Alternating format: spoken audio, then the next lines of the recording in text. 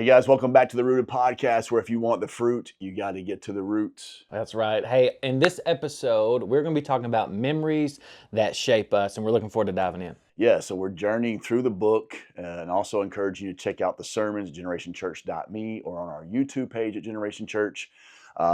Today we're really walking through memories, monuments, and mile markers. And so we hope you enjoyed the episode. Shoot us a comment or a like, and I hope that you guys have subscribed already.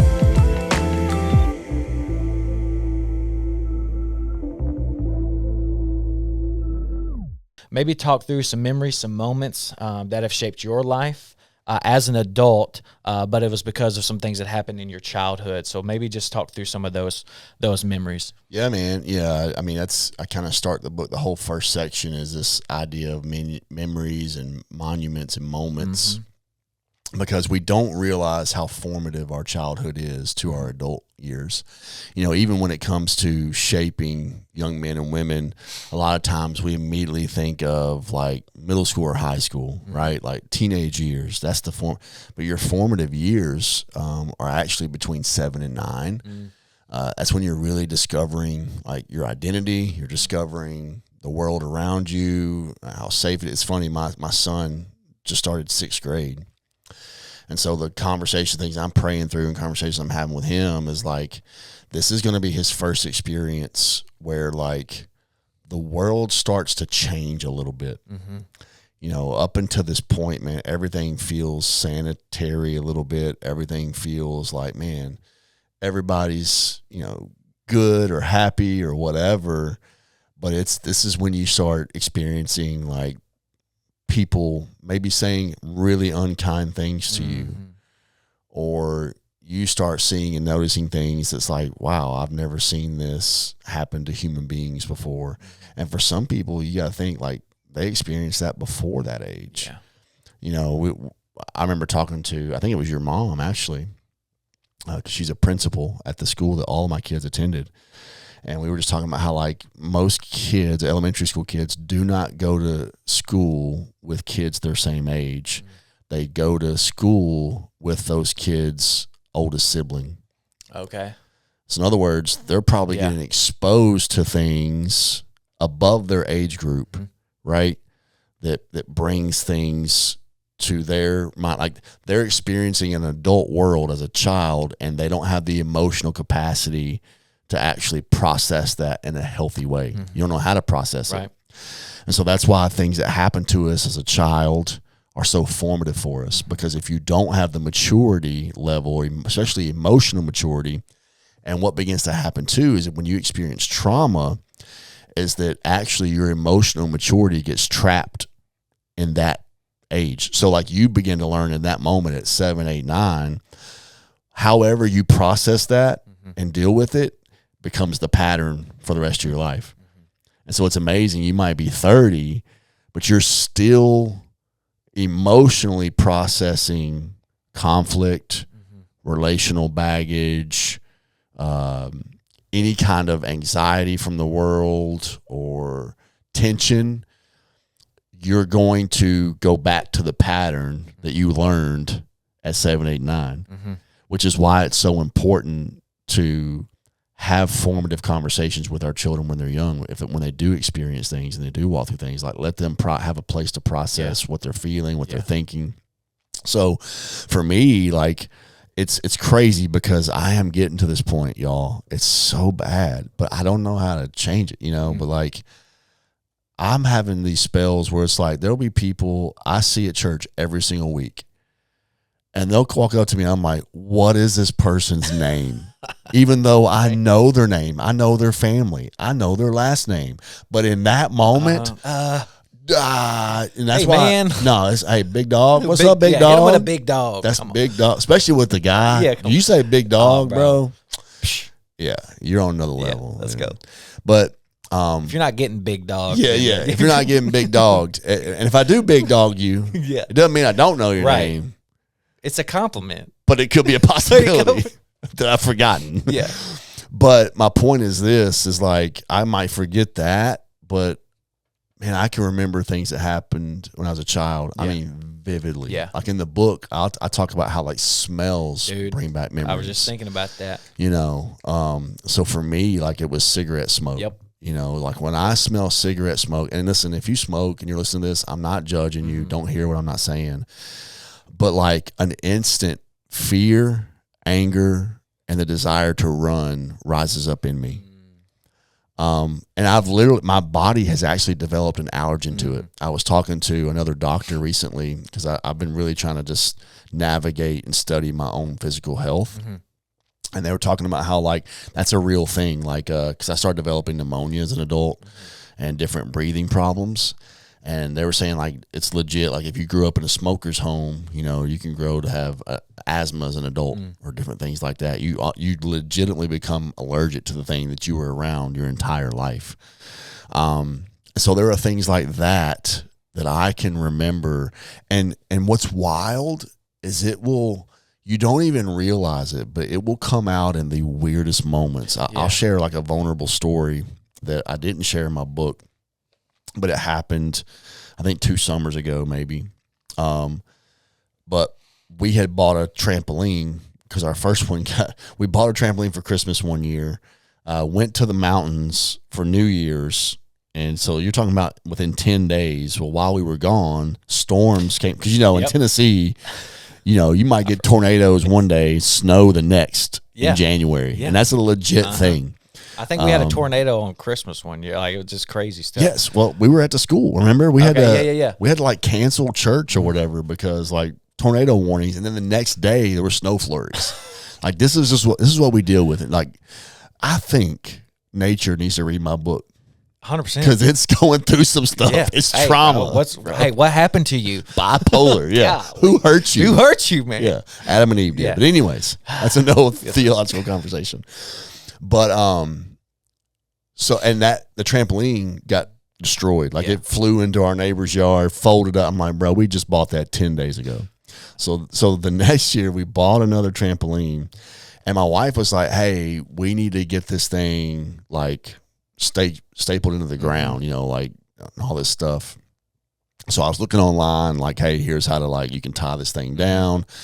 Well, the thing that we were missing is like these heavy like anchors to like anchor deep into the ground. And a friend of ours from church actually dropped off a couple for us, and I just had to get the ratchet straps and ratchet it to these things, put it in the ground.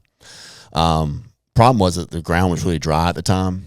And so I was like, okay, I need to come out here in a day where I can better drive these into the ground.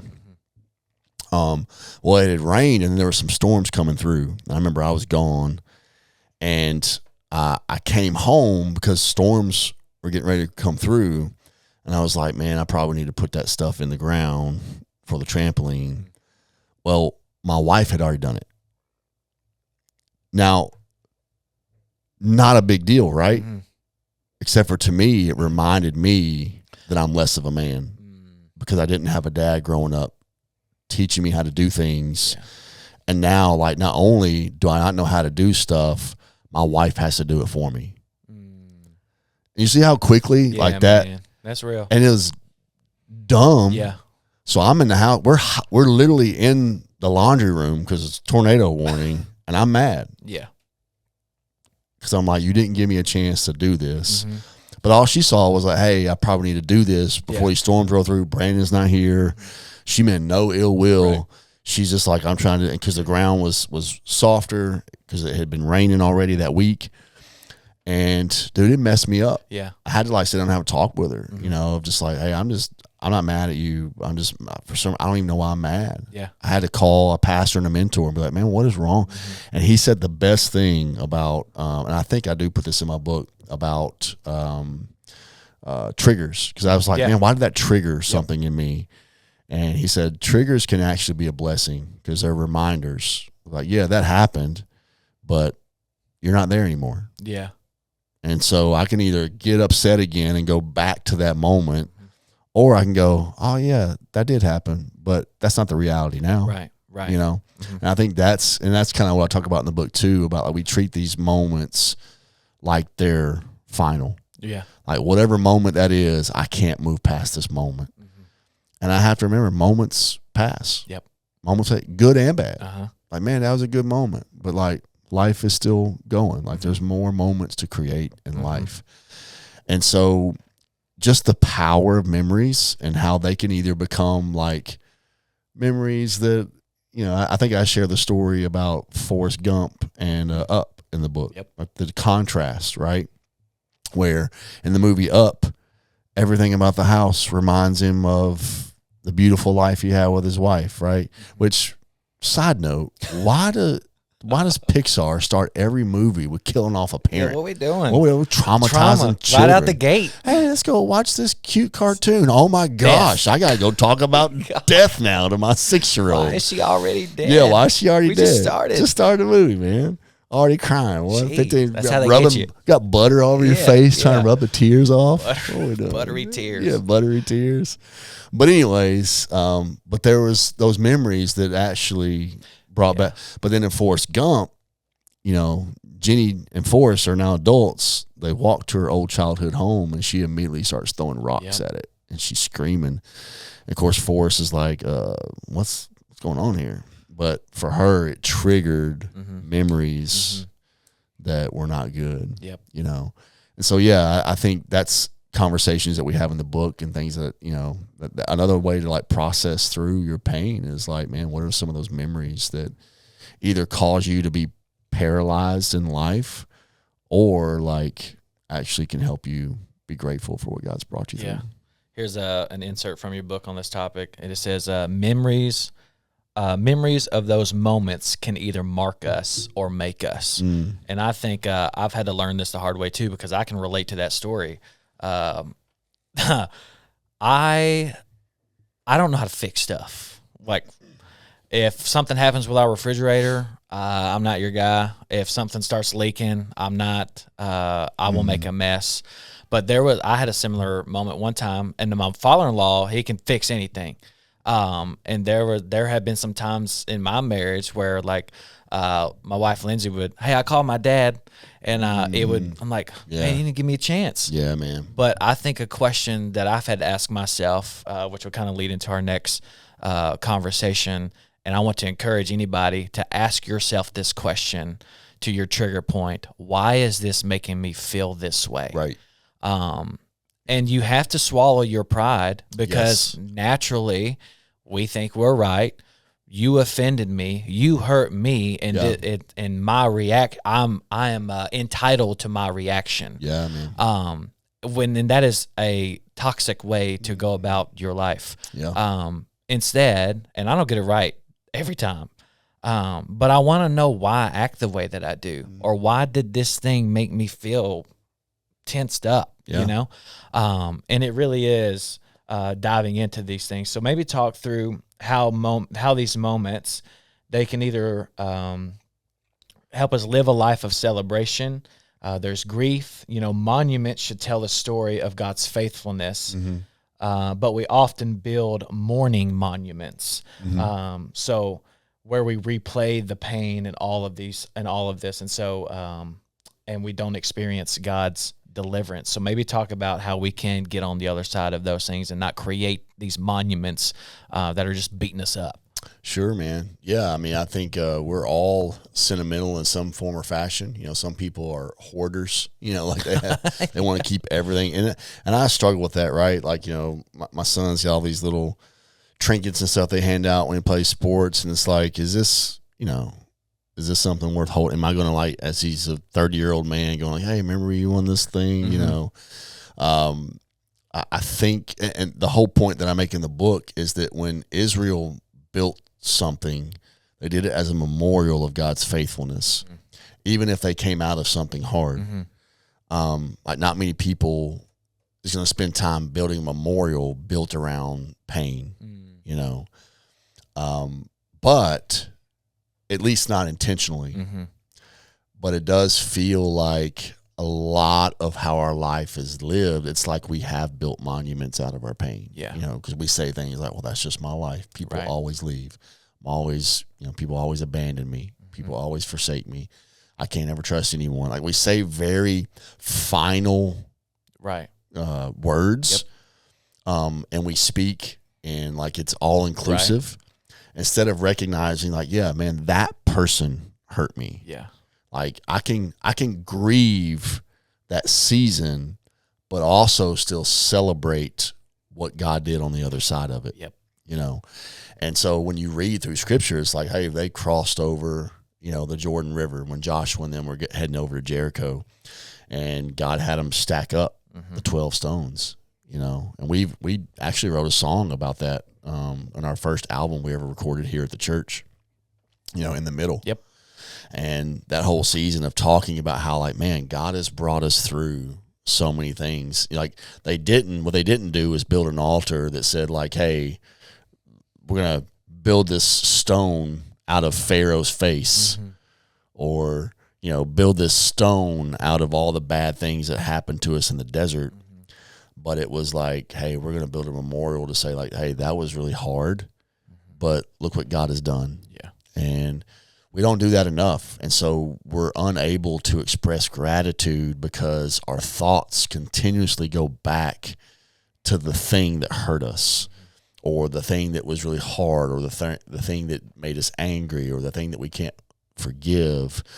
Like we don't realize it, but we're building all these monuments that we just keep coming back to visit.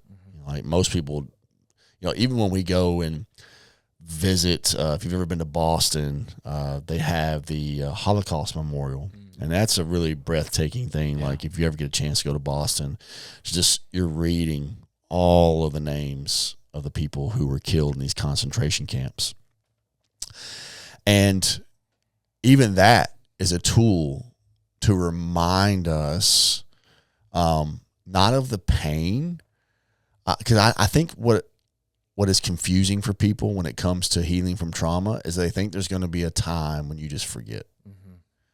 But that's not the point. The point is not to forget. Yeah. At least not in the sense, the way that we say. Like even when Joseph names his son Manasseh, and he says, Manasseh means the Lord has caused me to forget. And I actually just walked through this idea of forgetfulness this past Sunday in our first sermon. It's not a forgetting in the sense of like, I have no recollection of it in my brain. I don't have to always acknowledge it. Yeah, that's good. You know, and there are so many people who acknowledge it all the time because they're really wanting, it's almost like we're saying to ourselves, I know I want to be free from this, but also if I keep coming back to this, there's a level of somebody still owes me something.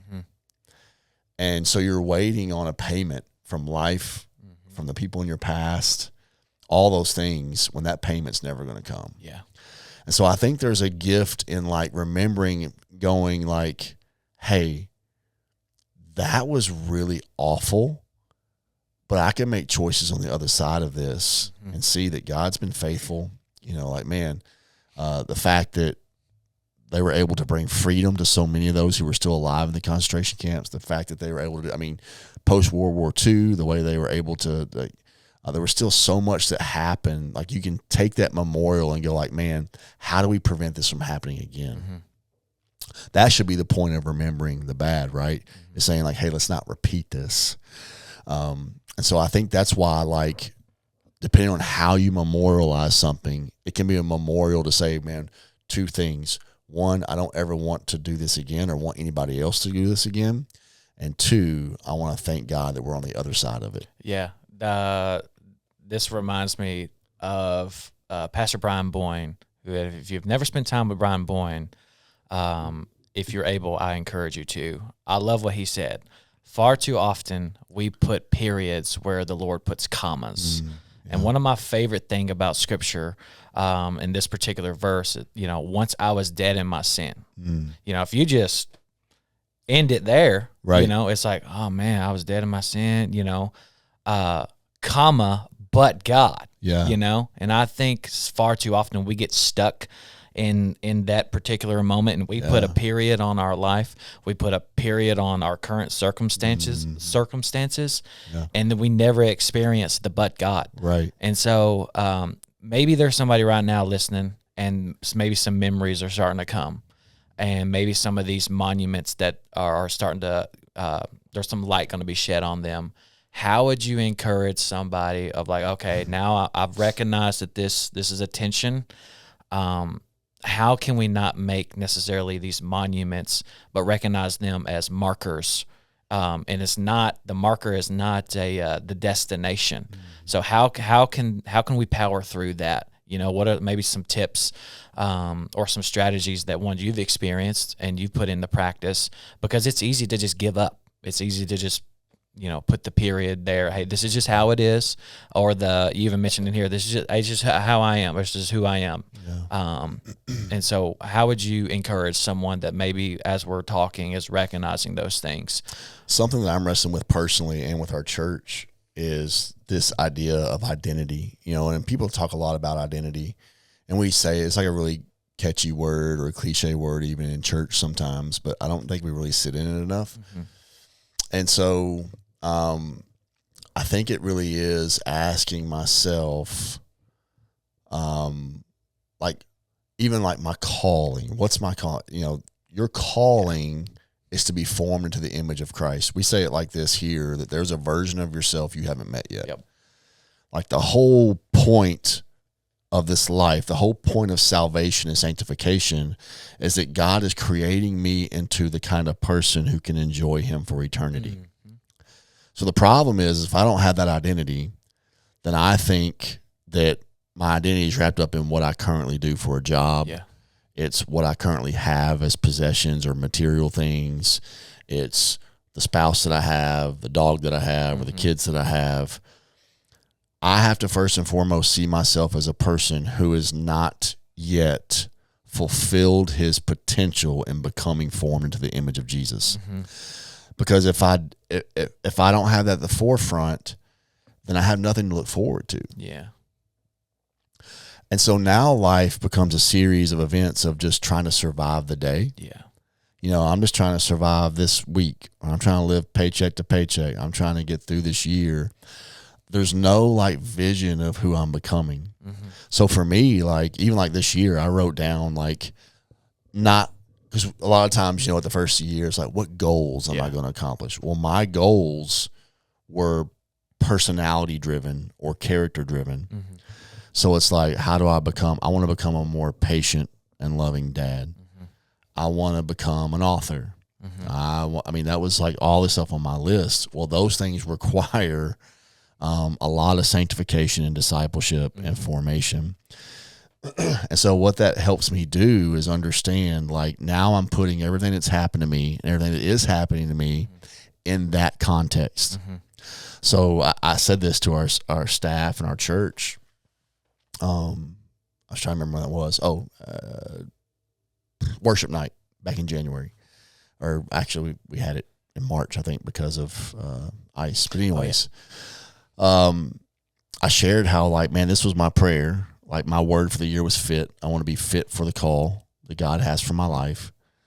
And the first 6 months of this year were a living hell. Mm-hmm. You know, from the loss of my brother-in-law, sudden death, to some relational staff stuff that we walked through, just a lot of pain.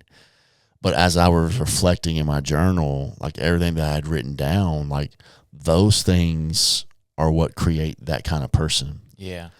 You know, like it goes back to the toughness versus resilience. Mm-hmm. You know, like God can't build resilience without something for me to have resilience toward, right? I heard it really good yesterday on a podcast where they're like, people say, well, you know, I don't want to get burned out. Well, or I don't want to, what is it? Oh, I don't want to overtrain. That's what it is. Talking about physical exercise. Mm-hmm. You know, I don't want to overtrain. Well, you got to like get to that line first. You got to like train before you can overtrain. Yeah. You know, so it's like, I don't ever go to the gym because I don't want to overtrain. Well, you haven't trained. Not even training. Yeah. You know, I think there's that kind of mentality that we don't understand, that everything that we sing about, read about, when it comes to becoming formed to the image of Jesus, actually requires hard things in life. Yeah. What did we say earlier? Me and somebody else were talking about this. the Spirit and Sacrament book, where it says a lot of times we see ourselves as joyous people who are suffering versus suffering people who are joyous. Yeah. You know, so like we want life to look like really clean and no problems, no tension, no conflict. And when that happens, it destroys our joy. Because it's like, man, I thought this was going to work out better. But for me, it's understanding like, man, I already know we're in a sinful, broken world. Right. We're actually suffering people who Christ is making joyous. Yeah, come on. And so when I can see the end goal, that's, by the way, is not going to come to completion until Christ comes back or I die, that actually gives me, it's Romans 12, 7 and 8, where he says, if I live unto Christ. If I die unto Christ. So whether we live or die, it's all unto our Savior, Jesus Christ. We're actually walking through our family right now, that catechism question of where is my hope in life? You know, and it's like, whether I live, it's unto Christ. If I die, that's for Christ too. Yeah. So I have to start with the idea that I am called first and foremost to becoming formed to the image of Jesus every single day for the rest of my life. If I don't, if I think there's some sort of resting place in life where, okay, I've made enough money, I've got all the stuff that I need, I have safety and contentment in my bank account and in my stuff, that's when life's going to always like be a series of waves. Yeah. Where it's like, man, I feel like I'm just drowning right now. Like, well, I've been wearing a life vest because I already expected the waves. Yeah. Yeah. I've learned how to navigate seas because I know we live in tumultuous, you know what I mean? Yeah. And so I think for a lot of people, the way to, cause I think what was your original question? It was, how do we not really make these marker moments? So not you're basically saying, what are some practical Mm-hmm. things? I think start with the end in mind. And the end in mind is like, God's making me into a person who can enjoy him for eternity. Yeah. And so Now and later. And so it's this idea of like, this thing is a part of my journey. It's not the destination. Yeah. So this helps me put it into perspective.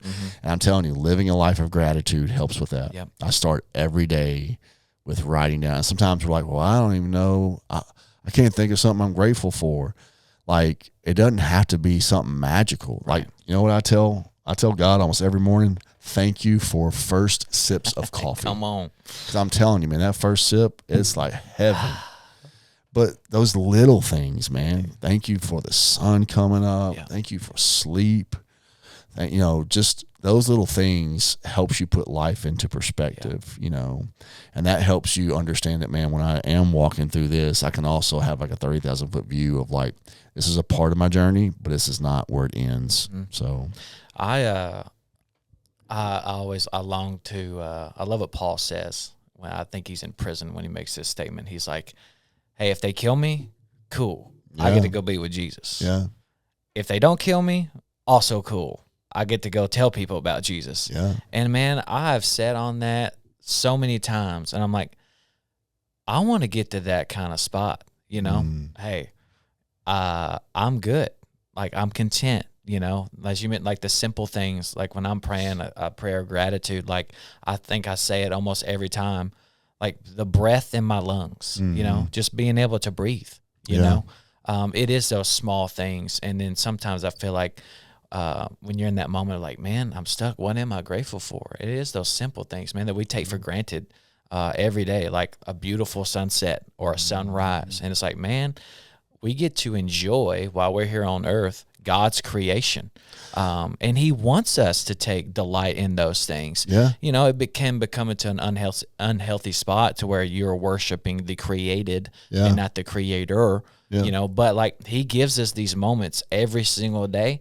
But are we aware of those moments, or we take them for granted, or we're just so wrapped up in all of the things we miss it?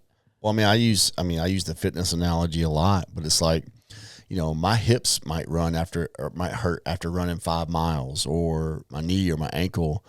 I can either have the mentality of like, well, this hurts, so I want to avoid pain, or I can go like, man, I'm grateful that I have the ability to run. Yeah. whether that's slow, fast, I don't have to be the best at doing it. But like there might be a day when I can't even do this anymore. I don't know. Yeah. You know, and so like how are you just grateful, you know, instead of complaining about every little thing, you know, that you endure throughout the day or throughout the week. It really is having a perspective of like, dude, I've been given breath in my lungs. I've been given a chance and an opportunity to live life. And that's a beautiful gift that I didn't do anything to deserve. Yeah. And I think just sometimes we, again, back to your whole awakening mindset there, I think we get stuck. I'll ask a question if I see somebody I haven't seen in a while. Hey man, how you been doing? What's been going on? Oh, just working. Yeah. And I'm like, I haven't talked to you in 10 years. Yeah, and you're just working. And the only thing that you've been doing is working. Like there's nothing else going on in your life that you would like to share. On Facebook, you've had a couple kids, you know. I think that's a gift and that's really cool, but just working. Okay. I mean, but again, until those things get unlocked, you're kind of stuck in this mindset of like just surviving. Just surviving, man. Well, and that's kind of the theme of the book too, is this idea of like, man, a lot of people have survived stuff, but they're not free. Yeah. You know, they haven't healed. You know, and I think sometimes we just have this survival mode mentality. Get to Friday. Yep. You know, and then enjoy the weekend, and then like brace yourself. Monday's coming, right? And instead of like really living life, and that is a challenge. It's a challenge because it's like the air that we breathe. It's just a culture of like, just tell them you're busy. Yeah. Just tell them you work. You know, like it makes you be more thoughtful in your response. But I also know there's moments where it's like they're not really asking how I'm doing. You know, it's just like you want me. You just want me to say hello to you. So hi. You know, and I think too, I've like, just I've kind of grown past just surface level talk. Like if hey man, how are you? Like I am expecting, because even back to earlier, you have created space. Like hey man, we can actually, you know, right now it's kind of tough, you know. Yeah. And so when I get a response of like working, I'm like, yeah, man, okay. But I want to help people like unlock that, because there is way more to life than just working. Yeah. And so we were talking to our students this summer about identifying with the cross in 1 Corinthians. It's like, and I think of the song Christ Be Magnified, you know. What is the line? Very typical of me to forget song lyrics. Oh, here we go. If the cross means transformation, you can hang me there with you. Right. Yeah. And if you really sit in that, it is a life. There is some suffering, but to your point, the suffering is what we can identify with Jesus, and we can also identify with like the beauty that's going around. We're not just stuck in all this suffering. Yes, things happen to us, but there is so much more to life. But we live in a broken world too. We should not be shocked. I love it in James, and I'm still trying to unpack it and comprehend it. If you see yourself going through trials, count it all joy. Joy, like You're like, dude, are you sadistic? What are you doing? Are you sadistic? Like, what's wrong with you? What's going on? Hey, but he says it produces perseverance. Exactly. And but many people don't. Your faith. Yeah, they don't want to go through the suffering. Yeah. You were training for a half marathon, I believe, this year too, and then you broke your foot. But going through those things, that's what helps shape us. Well, in the orthopedic even said, like, hey, your foot's actually going to heal back stronger than before. Man, that's so you good. know, because that's the way the body works. You know, so sometimes things have to be broken in order for them to become stronger. Hey, thank you so much for checking out this week's episode of A Journey Through the Wilderness. Hey, don't forget, like, subscribe, maybe leave us a comment, and maybe even share something that stood out to you. Yeah, hopefully this season is blessing you. Hopefully you've checked out the book already, A Journey Through the Wilderness. Don't forget brandonpetty.org, Amazon.com, or you can go to generationchurch.me or Generation Church YouTube to follow along in our sermon series. God bless you guys, and we'll see you next time on Reading.